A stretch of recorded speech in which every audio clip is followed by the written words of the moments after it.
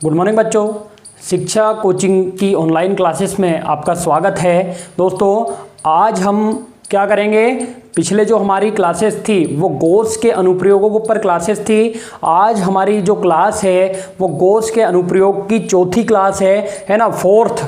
ठीक है, किसी एक समान आवेशित चालक के गोले के कारण, है ना, कोई एक समान आवेशित चालक गोला है, वो आपका पूरा आवेशित है जिस पर प्लस क्यू आवेश पूरे तरीके से फैला हुआ है। गोला आप समझ रहे होंगे, चालक गोला है। ठीक है, कॉपर की एक गेंद समझ सकते हैं आप, एक बॉल समझ सकते हैं कॉपर की। ठीक है, तांबे की, एल्यूमिनियम की एक बॉल समझ सकते हैं, मतलब चालक गोला है। हम आज देखेंगे कि जो चालक गोला है वो एक समान रूप से आवेशित है, तो उसके बाहर किसी बिंदु पर विद्युत क्षेत्र की तीव्रता क्या होगी, उसके पृष्ठ पर विद्युत क्षेत्र की तीव्रता क्या होगी, उसके अंदर, गोले के अंदर विद्युत क्षेत्र की तीव्रता क्या होगी। ठीक है, चलो देखो क्या है, क्या एक क्वेश्चन आता है ना, इंपॉर्टेंट क्वेश्चन है कि किसी चालक गोले के पृष्ठ पर उसके बाहर, उसके अंदर विद्युत क्षेत्र की तीव्रता का व्यंजक स्थापित कीजिए। ठीक है, या फिर सिद्ध कीजिए। ठीक है, चलिए अपन देखते हैं क्या देख रहे हैं हम कि सब एक गोला है ना, यहाँ पर एक गोला बनाया हुआ मैंने। ठीक है, बहुत अच्छे से हम इसको समझेंगे। ठीक है, एक चालक गोला है। ठीक है, ये गोला है जिसकी त्रिज्या क्या है, आर त्रिज्या है, इसका केंद्र बिंदु ओ है। ठीक है, इस चालक गोले में कौन सा आवेश है, मैंने क्या बोला है, प्लस क्यू आवेश है ना। एक चालक गोला है तो प्लस क्यू आवेश है और पूरे तरीके से इस पर फैला हुआ है। ठीक है, इससे x दूरी पर, है ना, बाहर की बात करें हम। ठीक है, x दूरी, इसको क्या मान ले हम, केंद्र से x दूरी पर एक गॉसी पृष्ठ की कल्पना करते हैं, या फिर हम बोलें कि एक गोला हमने बना लिया और इसके बाहर। ठीक है, एक गोला और बना लिया, इसकी त्रिज्या केंद्र से कितनी होगी, x हमने मानी है, और यहां पर इस बिंदु पर हम एक बिंदु P की कल्पना करते हैं जिस पर हमें विद्युत क्षेत्र की तीव्रता ज्ञात करनी है। कितने तरीके से, गोले के बाहर, गोले के पृष्ठ पर और गोले के अंदर किसी बिंदु पर विद्युत क्षेत्र की तीव्रता हमें ज्ञात करनी है, बतानी है। ठीक है, तो सबसे पहले हम देखेंगे कि गोले के बाहर की हम बात करेंगे। ठीक है, इसको बढ़िया से जैसे मैंने बनाया उसी तरीके से हम बनाएंगे, ड्रॉ करेंगे। क्या बोलेंगे हम कि माना त्रिज्या r का एक चालक गोला है ना, माना त्रिज्या r का एक चालक गोला आवेश प्लस q से समान रूप से आवेशित है। इसके केंद्र O से x त्रिज्या मानकर एक दूसरा गोला खींचते हैं जिसे गाउसियन पृष्ठ कहते हैं। क्या बोला इसको मैंने, गाउसियन पृष्ठ। ठीक है, चलिए अब हम बात करें सबसे पहले, है ना, पहला पॉइंट है हमारे गोले के बाहर। ठीक है ना, जबकि बिंदु P कहां हो, बाहर हो, ये बिंदु P है ना। अब हम यहां पर क्या करते हैं, सबको पता है अल्प पृष्ठ की कल्पना करते हैं, बोले सर। ठीक है ना, बिंदु P पर अल्प पृष्ठ की कल्पना कर लेंगे। अल्प पृष्ठ किसे कहते हैं हम, बोले सर ds होता है अल्प पृष्ठ, है ना। इससे जो फ्लक्स निकलता है वो क्या होगा, बोले सर इस अल्प पृष्ठ से निकलने वाला जो फ्लक्स होता है d फाई होता है। ठीक है, आगे बात समझ में। और इससे विद्युत क्षेत्र की तीव्रता किधर होगी, बाहर की ओर, जो क्या होती है, E होती है ना, क्या होती है, E होती है। देखो आप यहां पर, है ना, जबकि बिंदु P कहां हो, गोले के बाहर हो।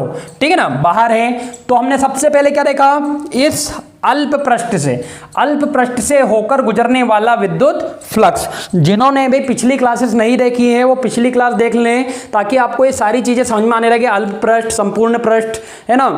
ठीक है, अब भैया जब अल्प पृष्ठ से होकर गुजरेगा तो कौन सा फ्लक्स गुजरेगा, डी फाई अल्प फ्लक्स। ठीक है, d phi is equal to E d s. Clear. अब हम क्या करते हैं, संपूर्ण पृष्ठ से होकर गुजरने वाला विद्युत फ्लक्स, जब संपूर्ण पृष्ठ से होकर गुजरने वाला विद्युत फ्लक्स निकालते हैं तो हम क्या करते थे, समाकलन। ठीक है ना, हमने इसका क्या किया, समाकलन किया।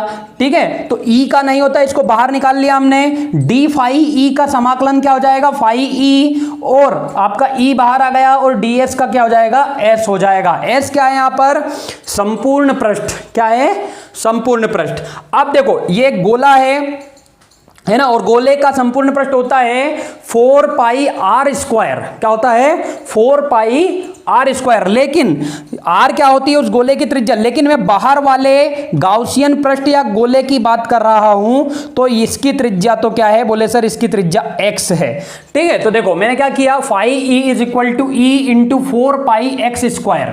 ठीक है, गाउसियन पृष्ठ की त्रिज्या क्या है, x है, इसलिए मैंने क्या माना, x माना है ना। इसको हम मान लेते हैं इक्वेशन नंबर फर्स्ट। ठीक है ना, समीकरण नंबर फर्स्ट हमने माना। फिर हम देखते हैं, क्या देखते हैं, गॉस की प्रमेय से, है ना, गॉस की प्रमेय से, है ना। गॉस की प्रमेय क्या कहती है, सभी को पता है। ठीक है, कि क्या होती है गॉस की प्रमेय,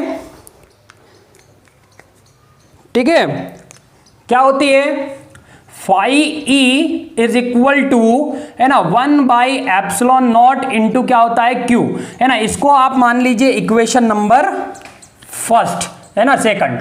ठीक, अब क्या करेंगे आप, समीकरण नंबर 1 व 2 से, है ना, समीकरण नंबर 1 व 2 से, या फिर मैं बोलूंगा समीकरण नंबर 1 व 2 को मिलाने पर, ठीक है, यदि फाई ई कुल फ्लक्स के बराबर यहां पर ये है और कुल फ्लक्स के बराबर ये है, तो इसके बराबर मैं इसको रख सकता हूं और रखूंगा भी। ठीक है, देखिए क्या लिखा मैंने, E into 4πx² is equal to 1/ε0 into Q. ठीक है, यहां पर क्या होगा, यहां पर हमें ई निकालना है, तो 4πx² को कहां ले जाऊंगा, उधर लेके जाऊंगा। ठीक है, वेरी गुड। तो यहां पर E इज इक्वल टू, है ना, 1/ इस 4π को एप्सिलॉन के साथ एडजस्ट कर देते हैं, 4πε0 इंटू q/x²। ठीक है, बस यही है आपके बाहर या गॉसियन पृष्ठ पर विद्युत क्षेत्र की तीव्रता, कहां पर, यहां पर। ठीक है, क्लियर। विद्युत क्षेत्र की तीव्रता न्यूटन अपान कूलाम इसका मात्रक हो जाएगा। ठीक है, तो पहली चीज हमने देखी कि गोले के बाहर क्या होगी, तो वहां पर हमें समझ में आ गया। अब हम देखेंगे पृष्ठ पर, पृष्ठ पर कहां, गोले के पृष्ठ पर यहां। ठीक है, गोले के पृष्ठ पर हम विद्युत क्षेत्र की तीव्रता ज्ञात करेंगे। अब बच्चों ये चीज अच्छे से समझो कि जो गॉसियन पृष्ठ है ना, गॉसियन पृष्ठ आपका ये पूरा गोले पर पृष्ठ होगा, है ना, और गॉसियन पृष्ठ पर प्रत्येक बिंदु पर जो विद्युत क्षेत्र की तीव्रता है वो समान होती है। ठीक है ना, जो यहां पर होगी वही आपके इसके पृष्ठ पर होगी, लेकिन चेंजेस क्या आता है कि यहां पर डिस्टेंस क्या है, x है, और यहां पर जो आपकी त्रिज्या है छोटे वाले गोले की वो क्या है, r है। तो केवल और केवल x की जगह पर क्या आ जाएगा, r आ जाएगा, है ना। पहला हमने निकाल लिया, दूसरा हम निकाल ले पृष्ठ पर, है ना। दूसरा पॉइंट क्या है हमारा, गोले के पृष्ठ पर, है ना, और पृष्ठ पर क्या हो जाएगा, हमें अच्छे से पता है, बोले सर हम यहां पर क्या लिख देंगे, x की जगह पर x बराबर क्या हो जाएगा, r हो जाएगा। जब x बराबर r हो जाएगा तो क्या लिख सकते हैं हम लिख सकते हैं कि E, है ना, is equal to 1/4πε0 into q/r²। लीजिए ये क्या हो गया, ये हो गया पृष्ठ पर विद्युत क्षेत्र की तीव्रता, है ना, न्यूटन अपान कूलाम। ठीक है, आगे बात समझ में, दो चीजें निकाल चुके हैं हम, अब निकालेंगे हम अंदर, है ना, किसके अंदर, गोले के अंदर विद्युत क्षेत्र की तीव्रता। अब मैं आपको अच्छे से बता दूं कि किसी भी गोले के अंदर, क्लियर, कोई भी बंद पृष्ठ है, गोले से ही मतलब नहीं है, कोई भी बंद पृष्ठ है उसके अंदर जो विद्युत क्षेत्र की तीव्रता होती है वो 0 होती है, मतलब उसके अंदर कोई भी विद्युत क्षेत्र नहीं होता, किसी भी गोले के अंदर विद्युत क्षेत्र नहीं होता है। ठीक है, विद्युत क्षेत्र की तीव्रता, जब विद्युत क्षेत्र नहीं होगा तो विद्युत क्षेत्र की तीव्रता भी नहीं होगी। क्लियर, समझ में आ रही बात। इसका एक एग्जांपल मैं आपको देता हूं कि यदि मान लीजिए कहीं पर बिजली गिर रही है ना, बिजली गिरना सभी ने सुना है, बिजलियां गिरती है ना, और आप किसी कार से जा रहे हैं और उस कार का जो पृष्ठ है वो मान लो चालक है ना, या तो वो किसका बना होगा, एल्यूमिनियम की फ्रेम होगी, ठीक है ना, कॉपर की फ्रेम होगी, उसकी कार की बॉडी जो जिसे हम बोलते हैं।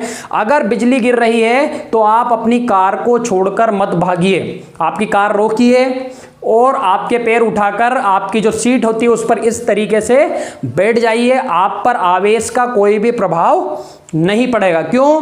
क्योंकि आपकी कार जो है वो एक बंद पृष्ठ है और बंद पृष्ठ के अंदर विद्युत क्षेत्र नहीं होता। इसका मतलब यह है कि अगर आप कार की बॉडी से टच हैं तो आपको आवेश का जो शॉक होता है वो झेलना पड़ेगा, और आपको अगर बॉडी टच नहीं है तो कोई प्रॉब्लम नहीं होगी। मतलब यदि, और देखिए, अगर आप किसी पेड़ के पास खड़े हैं और पेड़ पर बिजली गिर गई और पेड़ टूटकर कार पर गिर गया, तो वो आपका मतलब ये फॉल्ट नहीं कि यार सर ने बोला कि कार के अंदर बैठे रहो, मत जाओ निकल के। सिचुएशन के हिसाब से काम करना है ना। पता चले कि दूसरे कारणों से, बिजली के आवेश के कारण से हमें कुछ नहीं हुआ है ना, चार्ज के कारण कुछ नहीं हुआ, लेकिन क्या हुआ, पेड़ गिर गया, उसके कारण हम क्या हो गए, निपट लिए। ठीक है, देखो है ना, टेक्निकल लैंग्वेज से अगर हटके बोलूं तो क्या बोलते हैं हम, निपट लिए। ठीक है, आ गई बात समझ में। तो किसी भी गोले के अंदर जो विद्युत क्षेत्र की तीव्रता होती है वो क्या होती है, शून्य होती है। ठीक है, तो आप देखो किस तरीके से लिखोगे। पहला तो पॉइंट आपने ये लिखा जबकि बिंदु P कहां हो, बाहर हो। फिर आप दूसरा पॉइंट लिखोगे जबकि बिंदु P कहां हो, पृष्ठ पर हो।